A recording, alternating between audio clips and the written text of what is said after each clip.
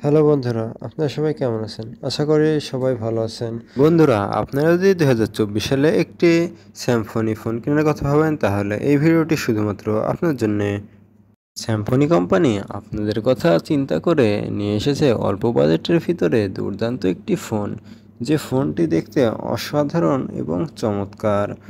আজকে আমি এই ভিডিওটির মাধ্যমে দেখাবো এই ফোনটির স্পেসিফিকেশন এবং এই ফোনটির র্যাম রোম সম্পর্কে।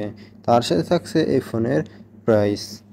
আরও এই ভিডিওটিতে দেখানো হয়েছে এই ফোনের ভালো দিক এবং খারাপ দিক। তার জন্য বন্ধুরা, ভিডিওটি না টেনে টেনে দেখে সম্পূর্ণ ভিডিওটি দেখতে থাকুন। তো বন্ধুরা, আপনারা যদি আমার এই চ্যানেলে নতুন হয়ে থাকেন, তাহলে অবশ্যই চ্যানেলটি সাবস্ক্রাইব করতে ভুলবেন না। আর আপনি যদি প্রকৃত ফোন লাভার হয়ে আমার চ্যানেলটি আগেই সাবস্ক্রাইব করে থাকেন, তাহলে আপনাকে অসংখ্য ধন্যবাদ। তো চলুন বেশি কথা না বলে ভিডিওটি শুরু করা যাক।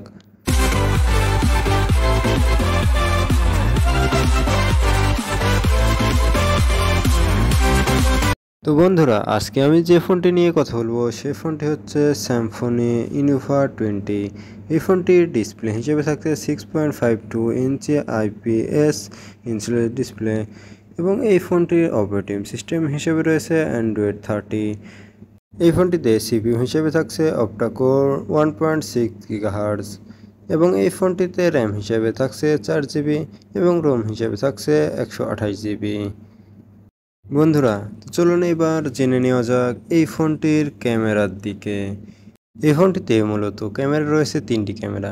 মেন ক্যামেরা হিসেবে থাকছে 85 মেগাপিক্সেল ক্যামেরা এবং দ্বিতীয় ক্যামেরাটি থাকছে 2 মেগাপিক্সেল ক্যামেরা এবং তৃতীয় ক্যামেরাটা থাকছে 2 মেগাপিক্সেল ক্যামেরা। এই ফোনটিতে ফ্রন্ট ক্যামেরাতে রয়েছে 8 মেগাপিক্সেল ক্যামেরা এবং এই ফোনটিতে চার্জিংয়ে রয়েছে 18 ওয়াট চার্জিং এবং এই ফোনটিতে ব্যাটারি ব্যাকআপ হিসেবে রয়েছে 5000 mAh ব্যাটারি। তো বন্ধুরা, চলুন এবার জেনে নেওয়া যাক এই ফোনটির অফিসিয়াল প্রাইস কত। স্যামসং ইনোভা 20 এই ফোনটির অফিসিয়াল প্রাইস হচ্ছে 10,199 টাকা, 4 GB র্যাম, 128 GB রোমের ক্ষেত্রে। তো বন্ধুরা, এই ছিল এই ফোনের স্পেসিফিকেশন। এবার আমি আসি এই ফোনটির বিষয়ে কিছু কথা, যে এই ফোনটিতে অল্প বাজেটের ভিতরে আমার কাছে বেস্ট লেগেছে। আরও এই ফোনটিতে ভালো লাগার কারণ হলো এই ফোনটির ক্যামেরার ডিজাইনটি আমার কাছে অনেক ভালো লেগেছে। এই ফোনটা দিয়ে আপনারা 1080 পর্যন্ত ভিডিও রেকর্ড করতে পারবেন এবং এই ফোনটির দিকে আরও ভালো লাগে কারণ হলো এই ফোনে ইউজ করা হয়েছে 5000 mAh ব্যাটারি। আরও এই ফোনটিতে 18 ওয়াট চার্জিং ইউজ করেছে। এই ফোনটিতে ব্যাটারি ব্যাকআপ অনেক ভালো। যদি আমরা নর্মালি ইউজ করি তাহলে দেখা যায় একদিন আরামসে এই ফোনটি চলে যাবে। আর যদি আমরা এই ফোনটিতে হেভি ইউজ করি তাহলে এই ফোনটি মূলত 2বার চার্জে দেওয়া লাগবে।